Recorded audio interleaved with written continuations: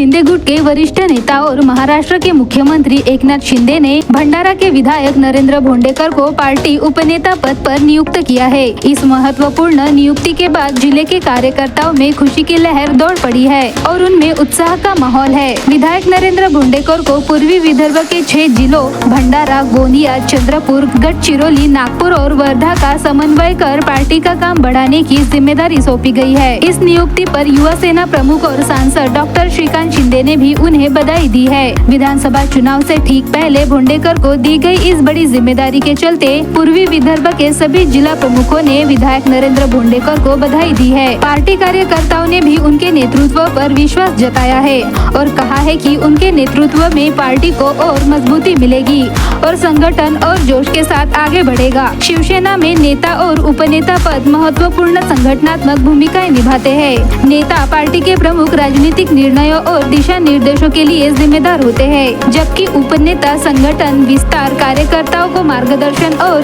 क्षेत्रीय समन्वय में सहायक होता है।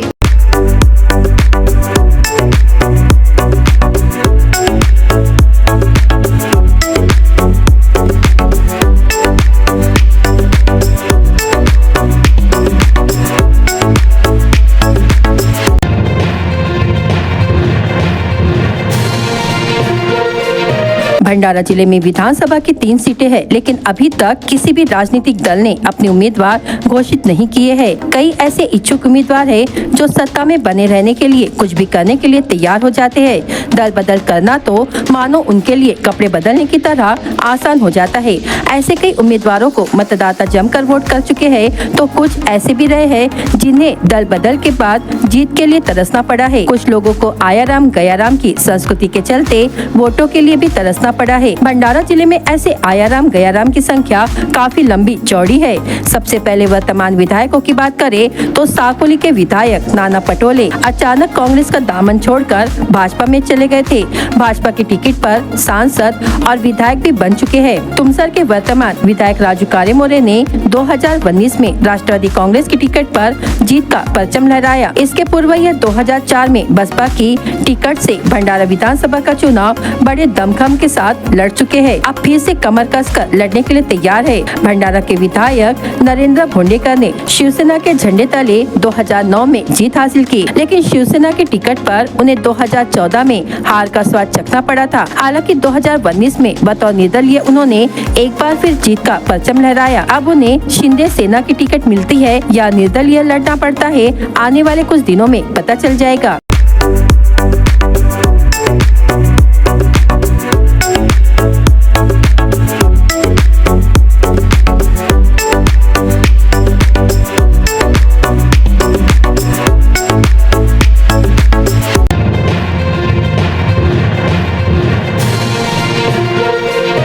भंडारा जिले में डीजे व्यवसाय की आत्महत्या से मची सनसनी।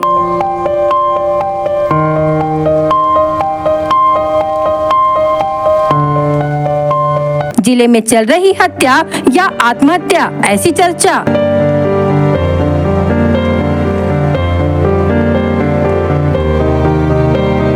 पूर्व विधायक के परिवार पर शक की सुई।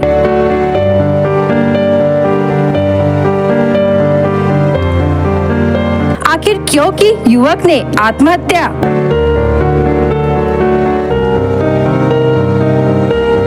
परिवार पर टूटा दुख का पहाड़।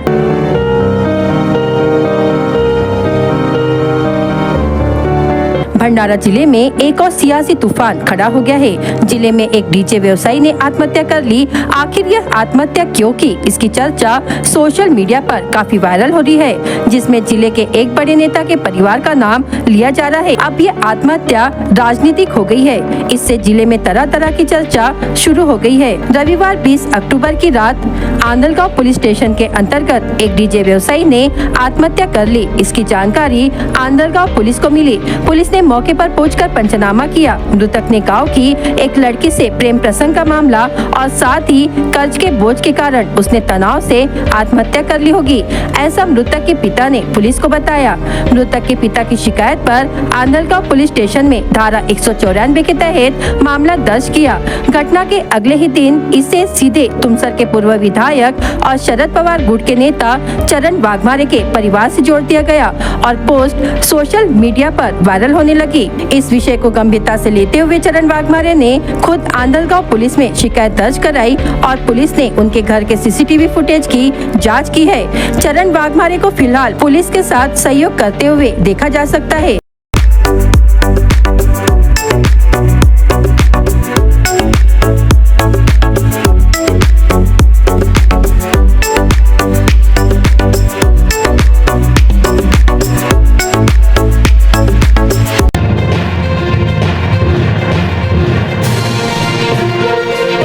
एसटी बस का चालक एवं रापानी के अधिकारी के बीच हुई हाथापाई का वीडियो सोशल मीडिया पर वायरल हो रहा है। किसी मुद्दे को लेकर दोनों के बीच विवाद छिड़ा। विवाद इतना बढ़ गया कि कुछ समय पश्चात दोनों में हाथापाई शुरू हुई। यह घटना 2 दिन पूर्व शुक्रवार को साकोली डिपो के गेट पर हुई। कुछ प्रत्यक्षदर्शियों ने इस घटना को अपने मोबाइल कैमरे में कैद किया, जो अब सोशल मीडिया पर तेजी से वायरल हो रहा है। जानकारी के अनुसार साकोली डिपो के गेट पर शुक्रवार को 2 कर्मचारियों में तू मैं शुरू हुई। सूत्रों के अनुसार बस चालक पंकज काटनकर 1 सप्ताह से ऊपर लंबी छुट्टी पर था। किसी ठोस वजह के अलावा त्योहारों के दिनों में छुट्टी पर होने के कारण रापानी की कार्यशैली के अनुसार की जा रही कार्रवाई के कारण वाहन परीक्षक प्रदीप करंजेकर के साथ बस चालक पंकज का विवाद हुआ था। विवाद कुछ देर पश्चात हाथापाई में तब्दील हुआ। हाथापाई में दोनों कर्मचारी एक दूसरे के साथ मारपीट करते हुए वीडियो में नजर आ रहे हैं। इस घटना का वीडियो सोशल मीडिया पर वायरल होने के पश्चात दोनों के खिलाफ रापानी के नियमों के अनुसार कार्रवाई की गई है।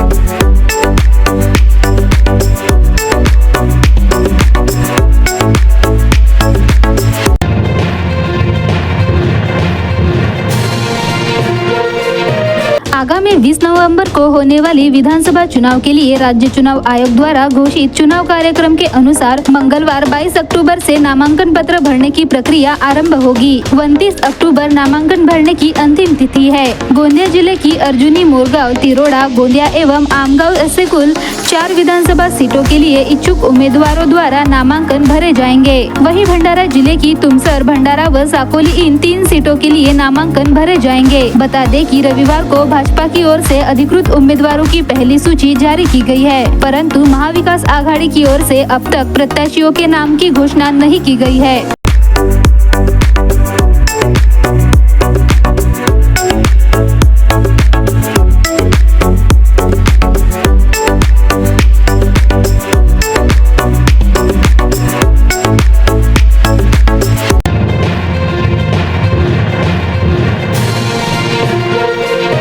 भंडारा के एक शासकीय अस्पताल में 2D इको मशीन खरीदी में घोटाले का आरोप।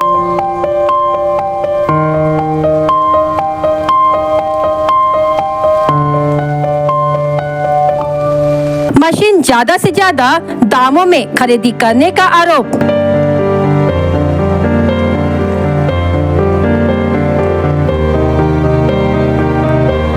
बताई गई कंपनी के बजाय दूसरी कंपनी की मशीन लाने का आरोप।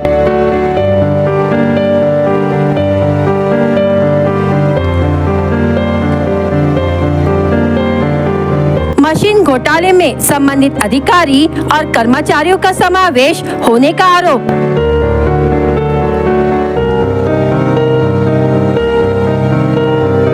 नागरिकों ने की माहिती अधिकार में मांगनी।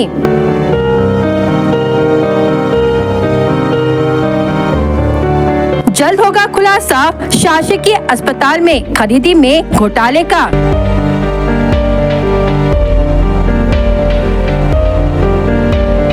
भंडारा जिले के एक शासकीय अस्पताल में बाल रोग विशेषज्ञ के लिए 2D इको मशीन खरीदी की गई। इस खरीदी में भ्रष्टाचार करने का आरोप लगाया गया है।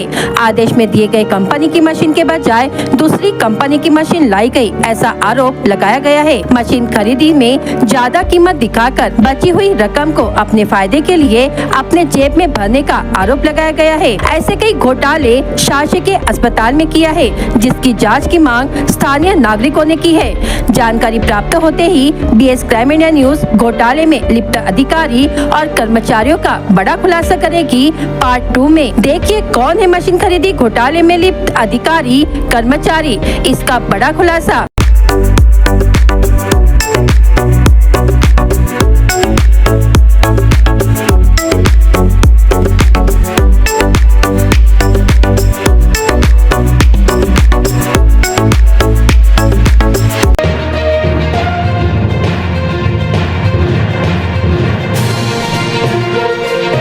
जिले में विधानसभा की 3 सीटों के लिए नामांकन भरना आज से शुरू हो गया है। नामांकन के पहले दिन भंडारा विधानसभा क्षेत्र के लिए 58, साकोली के लिए 22, तुमसर के लिए 16 ऐसे कुल 96 आवेदन जमा हुए। चुनाव आयोग द्वारा घोषित कार्यक्रम के अनुसार आवेदन प्रक्रिया मंगलवार 22 अक्टूबर 2024 से मंगलवार 29 अक्टूबर 2024 तक जारी रहेगी। नामांकन प्रक्रिया निर्धारित स्थल पर सुबह 11 बजे से दोपहर 3 बजे तक चलेगी। हर जगह पर कड़ी सुरक्षा रहेगी। नामांकन प्रक्रिया के दौरान प्रत्याशियों व उनके समर्थकों को 100 मीटर की दूरी से बिना वाहन के प्रवेश करना होगा। इसके अलावा उम्मीदवार और ऐसे 4 लोगों को चुनाव निर्णय अधिकारी के कक्ष में प्रवेश मिलेगा। नामांकन पत्रों की जांच बुधवार 30 अक्टूबर को सुबह 11 बजे से होगी। आवेदन 4 नवंबर तक वापस लिया जा सकता है, जबकि मतदान 20 नवंबर को होगा।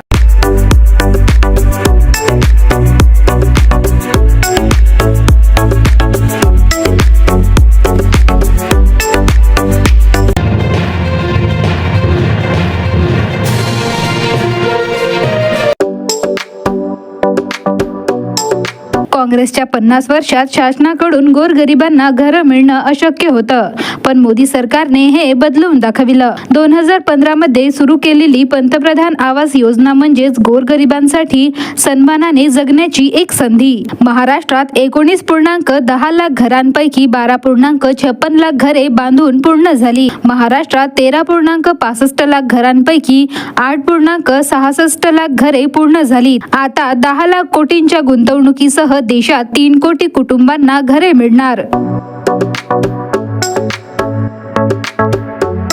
सातत्याने मोदीजींनी प्रधानमंत्री आवास योजनेतून करोडो लोकांना घर दिले।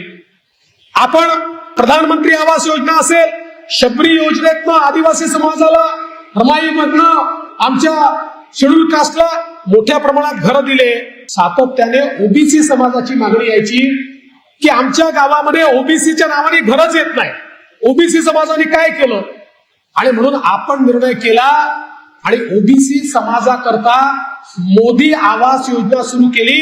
10 लाख घरं मोदी आवास योजनेच्या अंतर्गत मोफत आपण ओबीसी समाजाला देणार आहोत। त्यामुळे आता एससी असो, एसटी असो, ओबीसी असो का ओपन असो, एकही बेघर या महाराष्ट्रामध्ये ठेवायचा नाही, अशा प्रकारचा प्रयत्न आपण करतो।